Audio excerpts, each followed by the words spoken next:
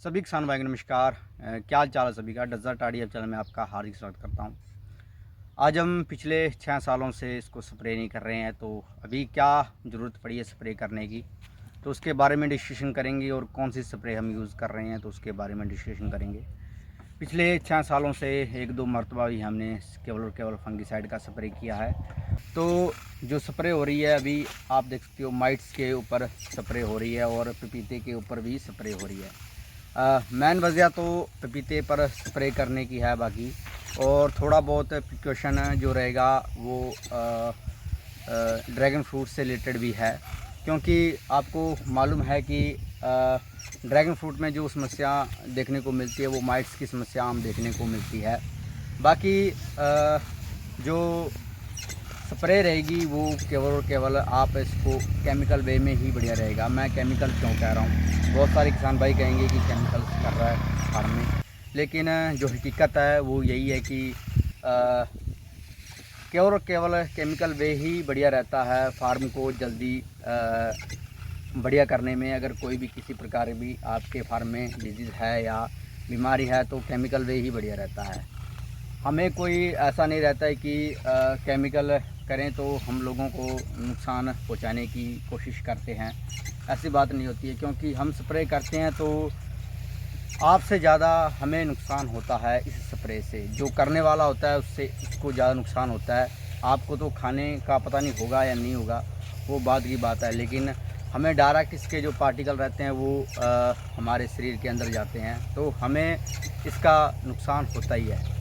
बाकी अगर बात करें इसको स्प्रे करने की, तो मॉर्निंग में और शाम के टाइम आप स्प्रे कीजिए, ताकि जो पार्टिकल हैं वो जहाँ पर आप स्प्रे कर रहे हो तो आप वहीं पार्टिकल गिरें और आजू बाजू हवा से ना जाएं।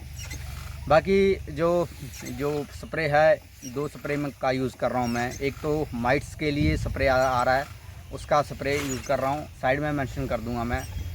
माइट्स क्या रहता है इसकी डिटेल वीडियो मैंने डाल रखी है ऑलरेडी, आप चेकआउट नहीं किया तो प्लीज़ चेकआउट कर सकते हैं। और दूसरी स्प्रे ग्रोथ प्रमोटर, एक अल्फ़ा नेफ्थलीन नाम एसिड करके एक आता है, ग्रोथ प्रमोटर आता है, तो उसका यूज़ कर रहे हैं। किसी भी कंपनी का मैं ब्रांड प्रमोशन नहीं कर रहा हूँ, केवल और केवल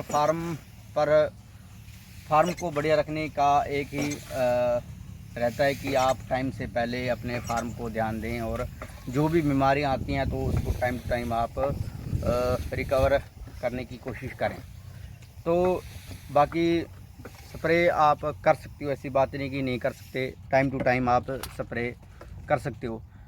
और इसमें बात करें कि पिछले हमने 6 साल से किसी प्रकार का फंगिसाइड का या किसी प्रकार का केमिकल का स्प्रे नहीं किया है। अभी क्यों कर रहे हैं, क्योंकि आपको पता ही है कि साइड में आप पपीता की प्लांटेशन देख रहे हो, तो पपीते की प्लांटेशन ख़राब ना हो उसके लिए हम पपीते पर स्प्रे कर रहे हैं। बाकी थोड़ा बहुत स्प्रे उस पर भी जा रहा है, तो कोई दिक्कत वाली बात नहीं है।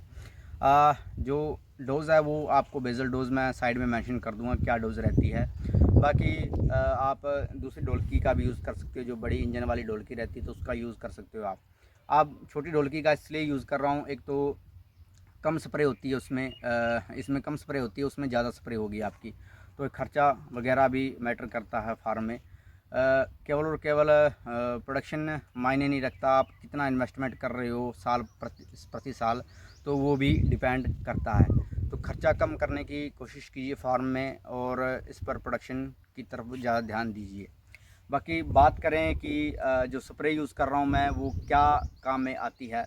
जो ग्रोथ प्रमोटर है, एक तो फूल जो गिर रहे हैं, अभी क्लाइमेट आपको पता ही है कि जो इफेक्ट चल रहा है, एल नीनो इफेक्ट चल रहा है राजस्थान और पूरे इंडिया में ऑलरेडी ये इफेक्ट चल रहा है। बाकी काफ़ी ज़्यादा गर्मी थी इस साल, और काफ़ी ज़्यादा प्लांट स्ट्रेस में हैं, स्ट्रेस में यानी कि येलोपन में गए हैं प्लांट ख़राब तो नहीं हुए, लेकिन येलोपन ज़्यादा है। येलोपन ज़्यादा की वजह से बडिंग वगैरह काफ़ी ड्रॉप आउट हुई है। पहले जो बडिंग आई थी आज से 1.5 महीने पहले पूरी की पूरी ड्रॉप हो चुकी है। लगभग 5 या 4% ही ड्रॉप फ्रूट सेट हुआ है।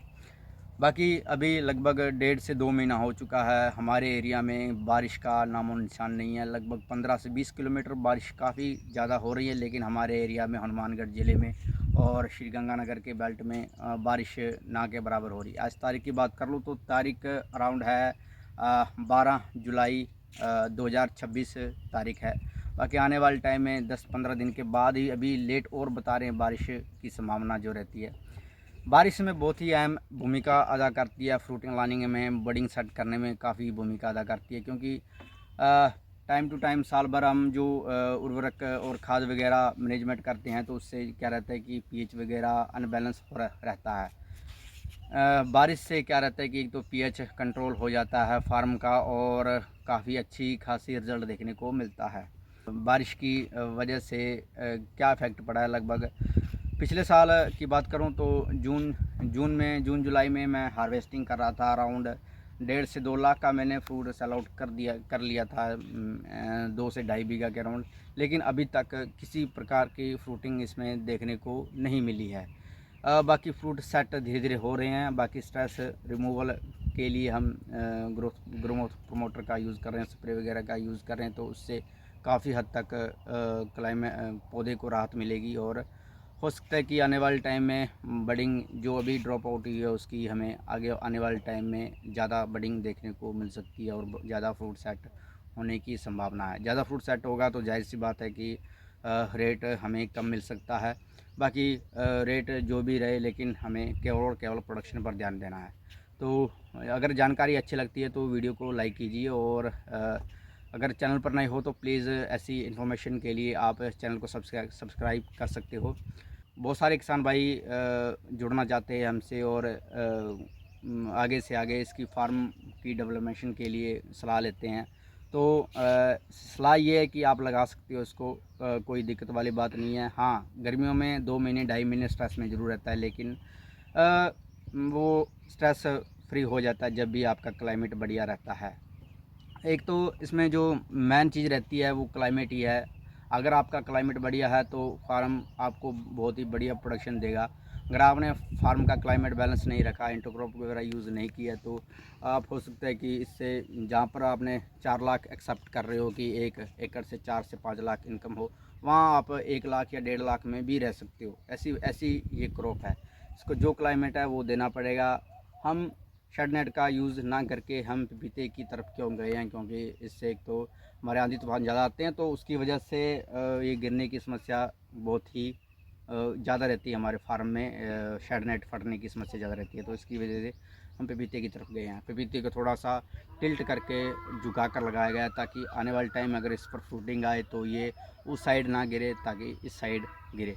तो ठीक है किसान भाइयों, तो मिलते हैं अगली एक और नई वीडियो में। तब तक के लिए जय हिंद, जय भारत, वंदे मातरम।